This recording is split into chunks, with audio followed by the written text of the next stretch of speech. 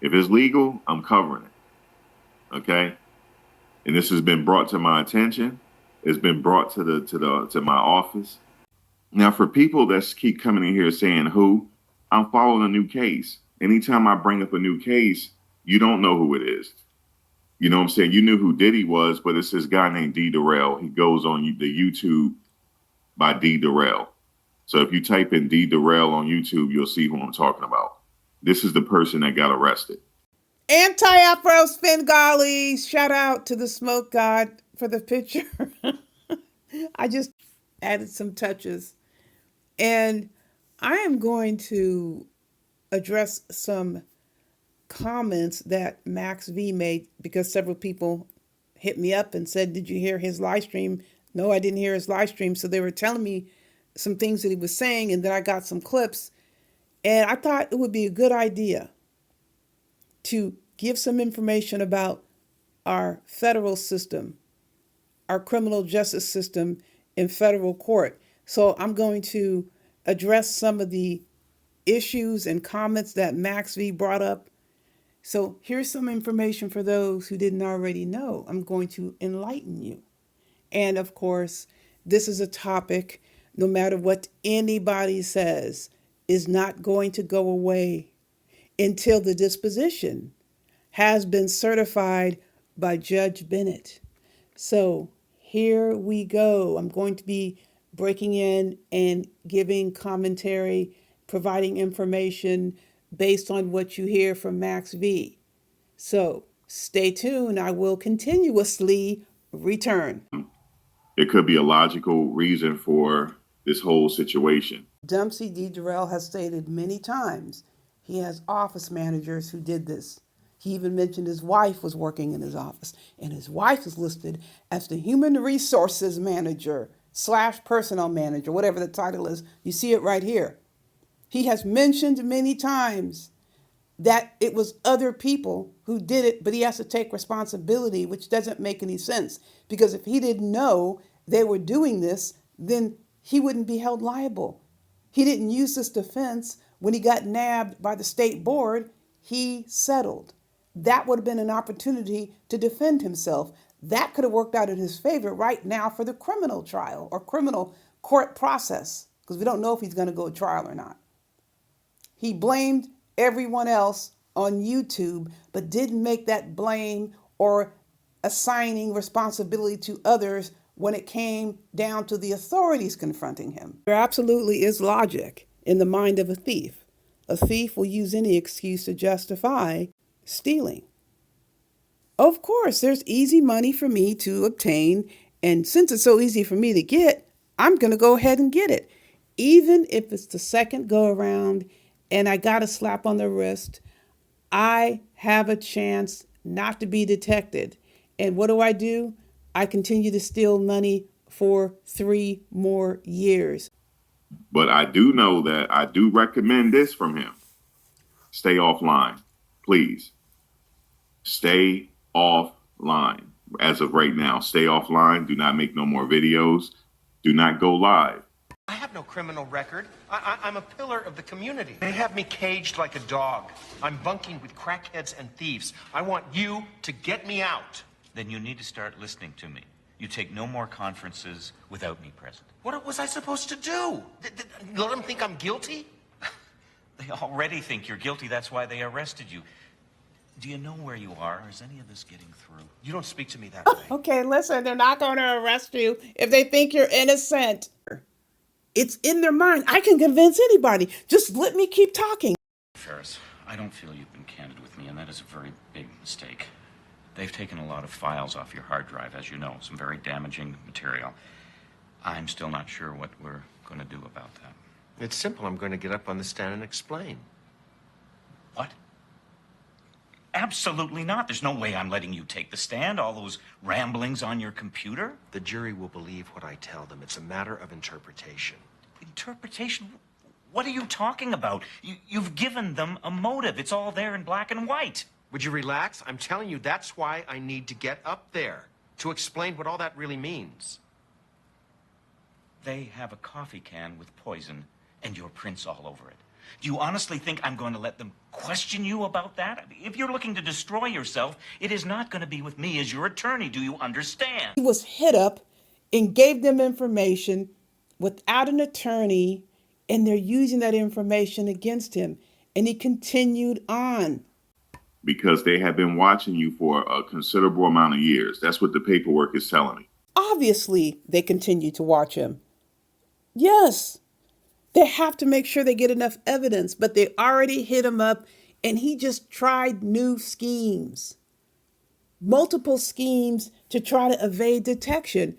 The brain is impermeable. You can't get anything logical in. How many people told Dumpsey D. Derell the path he was headed down was perilous? I can tell you right now, based on all these counts, he's facing more time than Diddy. You really can't compare Diddy and Dumpsey D. Derell because they were charged with different offenses.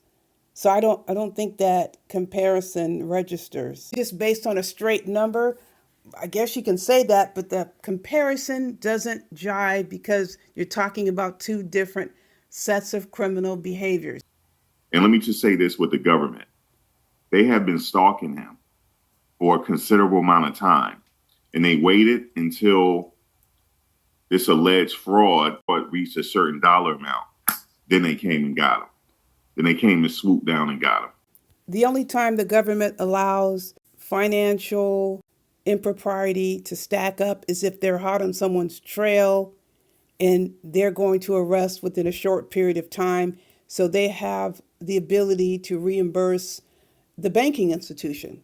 But when it comes to people's Medicare accounts, no, they're not going to let somebody rack up charges on a Medicare account. Now, what I will say, they could have used undercover officers. Look here on the screen. You can go back and read this if I move ahead too quickly.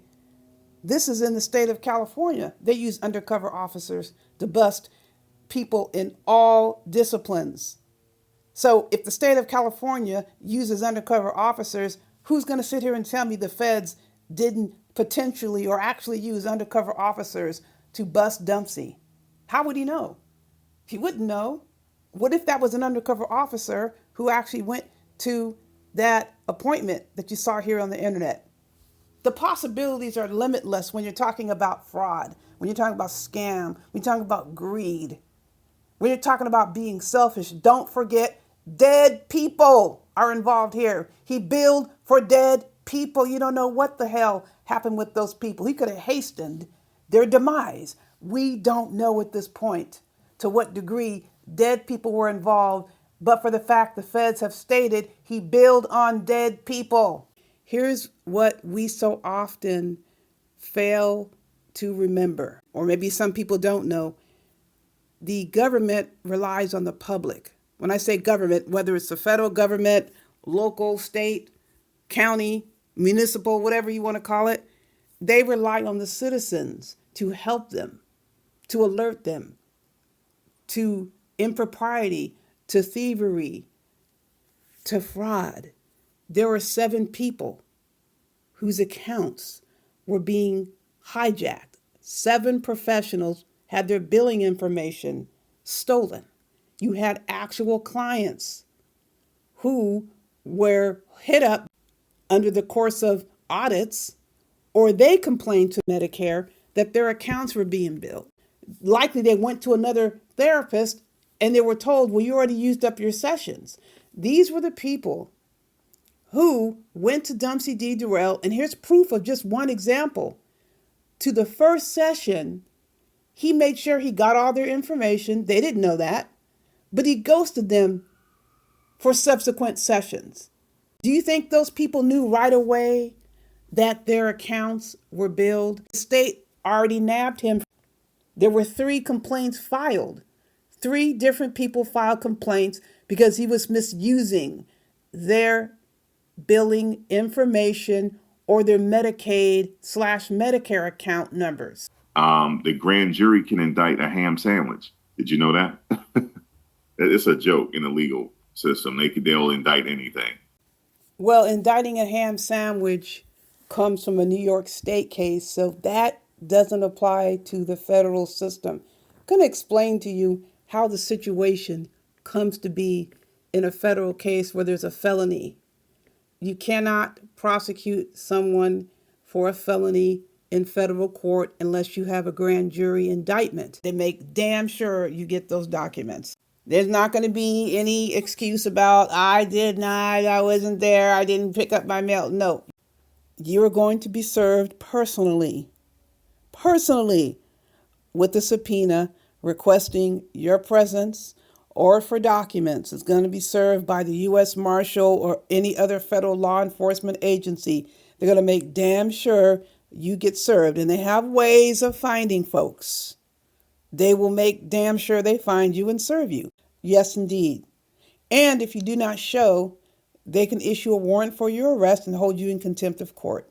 If they are aware that the person has an attorney and that's been prearranged, then the attorney can agree to accept the subpoena.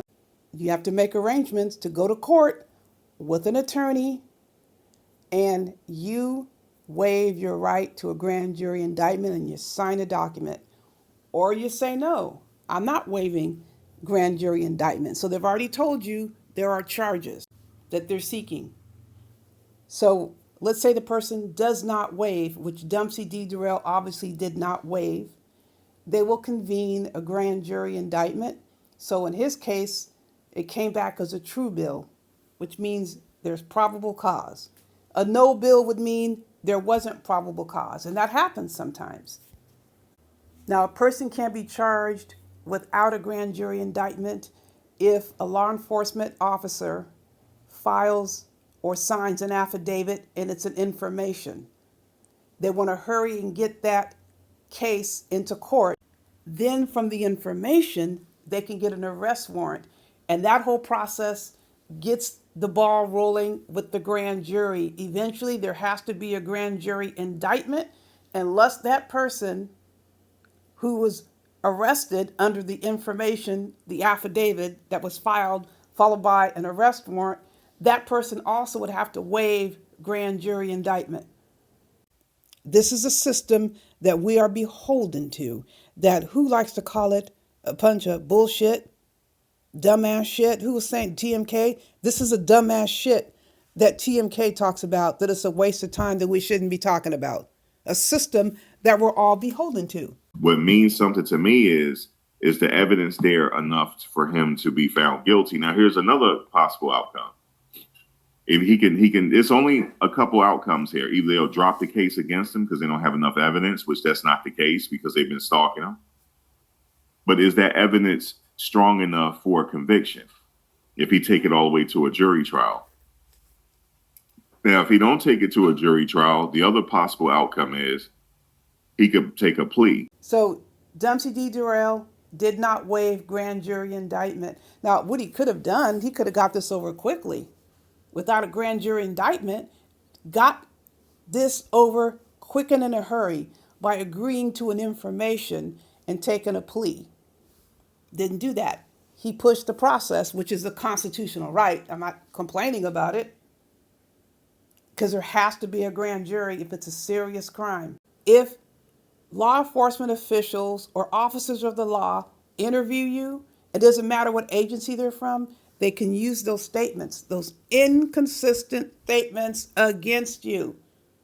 If he gave a statement to the licensing board, they can use that information against him because these are the same type of charges, administrative charges versus criminal charges. He has the option, as anyone does who gets charged in a criminal case, exercise one's right to a jury trial, have a bench trial where a judge hears the case. Your other option is to seek a plea agreement. When it comes down to a jury or a bench trial with a judge, the reasonable doubt standard. But if a person takes a plea, there's also an evaluation of whether or not the evidence appears convincing to the judge when it comes down to sentencing. So the evidence is going to be evaluated either way it goes. There, however, is one type of plea agreement that this case is highly unlikely to see, and that's called the Alford plea. The Alford plea allows a defendant to acknowledge there is sufficient evidence, in all likelihood will result in a conviction, but the person is maintaining their innocence. And the reason why a prosecutor or federal prosecutor is desperate for a plea like this is when you have a crucial and vital witness that you need to get somebody else. You're not going to care if this person is going around and saying they're innocent. Not going to matter because you're after somebody else. That does not appear to be the situation we're in right now, because as it stands now, Dumpsey D. Derell is the only person charged in this case. So just because he was indicted and all that stuff don't mean anything to me. That depends on the individual. I happen to believe that somebody under any type of grand jury indictment, federal grand jury indictment in particular, is exceedingly serious. You had a jury, a grand jury of 16 to 23 people, and 12 of them have agreed that the prosecutor has met probable cause standard. It means someone's freedom is in peril. So I guess if someone doesn't really care about their freedom, they would consider this a case they could just blow off. I tend to believe most people are not in that situation. Perhaps that was just a figure of speech. He's facing a lot of charges here, and each charge carries up to a maximum of 10 years. Now, I don't know if he has a record. I don't know. If he doesn't have a record, that will work in his favor as far as the point system is concerned. Because, the feds, they have a point system that they classify you as. This is considered a white-collar crime. So let's go ahead and just make the assumption that Dumpsey D. Derell does not have a certified criminal conviction history. However, there are other ways that the prosecutor can push for time, adding time, based on what they call enhancements. Now, independent of the federal system, I think people are used to hearing aggravating circumstances. Well, in the federal system, they're called sentencing enhancements. So there are other elements within the criminal statute, the federal criminal statute, that apply to these charges that the prosecutor is going to look at. And if Dumpsey D. Derell fulfilled any of these enhancements, the prosecutor has the discretion to push for these. So let's say the prosecutor knows there's 7 enhancements and they ask for 2. The judge is going to be scratching his head and will bring it up. But that's unlikely to happen because typically the prosecutor is going to go for all of the enhancements they can get. And of course, the defense attorney is going to say why he thinks these enhancements should not be applicable. In the end, the judge actually could side with the prosecutors. It remains to be seen. You better hope that they're ran concurrent and not consecutive. Now, some of the charges that they have against them runs consecutive to the other charges. Most definitely there are exceptions. I'll use Madoff as an exception since he engaged in white-collar crime. His crimes are so vast, so extensive, so long in duration. He got 150 years. So Dumpsey D. Derell didn't hit the $10 million mark. So since he's not at the $10 million mark, he doesn't qualify to be sentenced as a criminal enterprise. Now, it is possible the judge might decide to run 2 counts consecutive on the healthcare fraud conviction because he has 5 counts. The judge could run 2 of those counts consecutive and the remaining concurrent. The same he could do on the aggravated identity theft.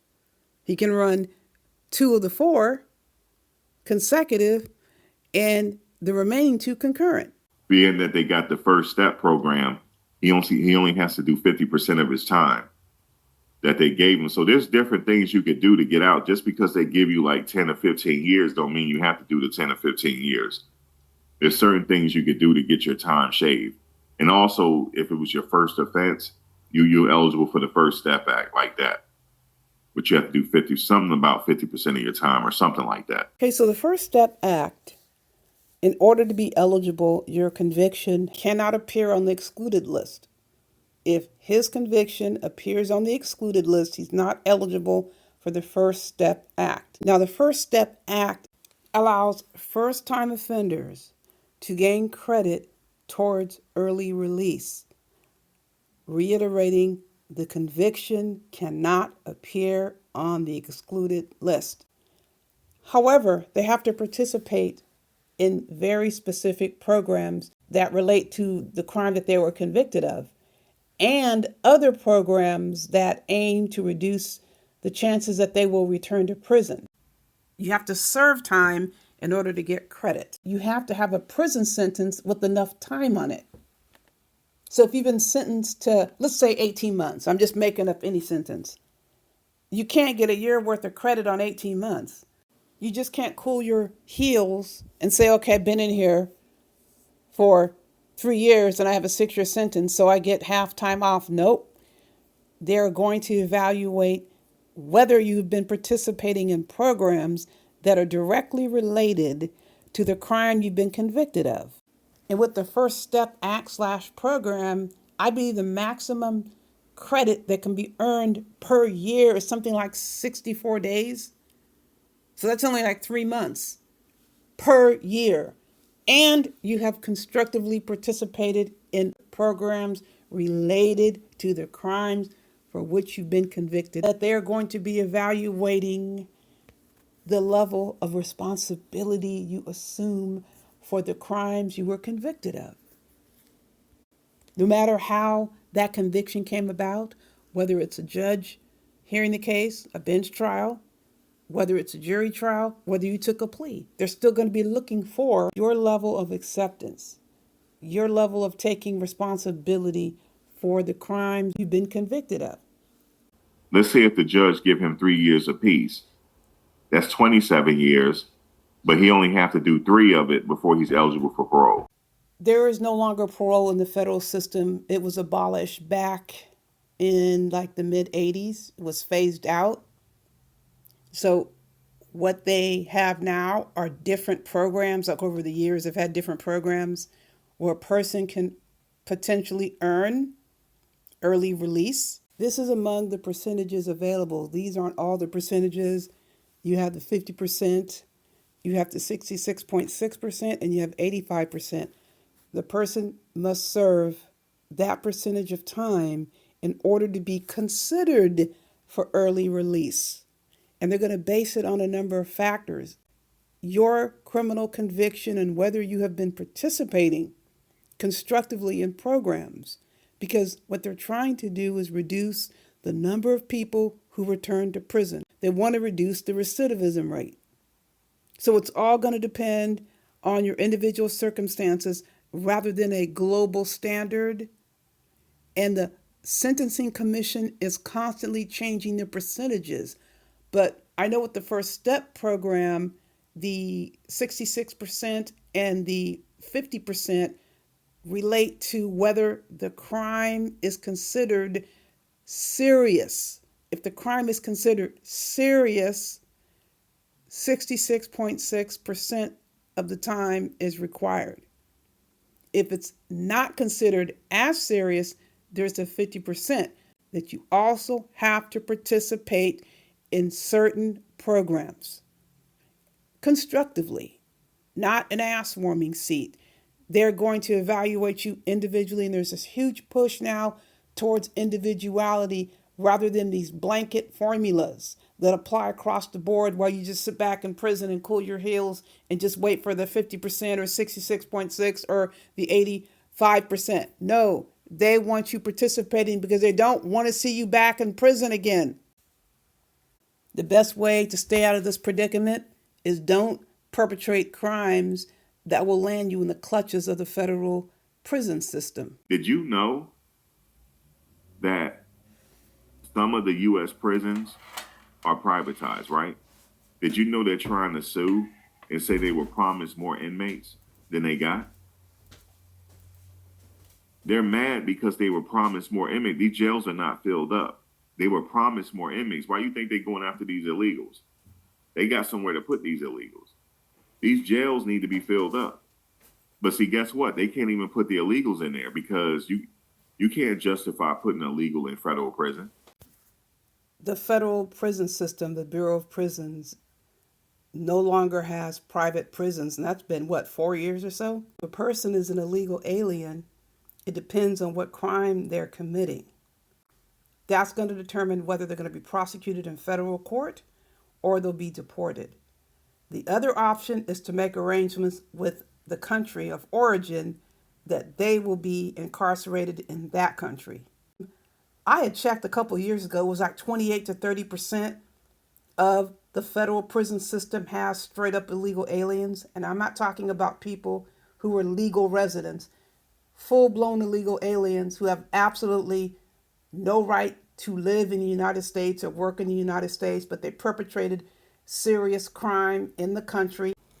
He's presumed innocent until proven guilty, but he's in trouble, folks. There is the presumption of innocence in the Fifth Amendment of our Constitution. No doubt who's arguing about that. But there's also the First Amendment in the Constitution that is the freedom of speech. So independent of the presumption of innocence in the legal system, I have every right to express, declare, assert, insist that he's guilty as all get up, as he always has been guilty as all get up. He's been caught doing this before, and he's been caught doing it again. He completely ignored the slap on the wrist and continue to steal money for 3 additional years. It is my opinion. I am asserting it strongly. I'm shouting it from the rooftops, from the mountains to the hills, all through the forest. Dumpsey D. Derell is guilty. They're going to look at the sentencing guidelines. They're going to see where Dumpsey D. Derell fits in. And the fact that he doesn't have a criminal record is not going to save him. He has to make sure he does not score all these other points with all of these other sentencing enhancements. But unfortunately for Dumpsey D. Derell, he falls well within multiple sentencing enhancements. Guilty if there ever was a definition of guilty. And he knows he's guilty. So he can go ahead and go through the legal process and figure out what he's going to do with the situation. No doubt, will never doubt, he is in very serious trouble. And I have a lot more I'm going to be saying about this. But in the meantime, you know the drill. Buyer beware.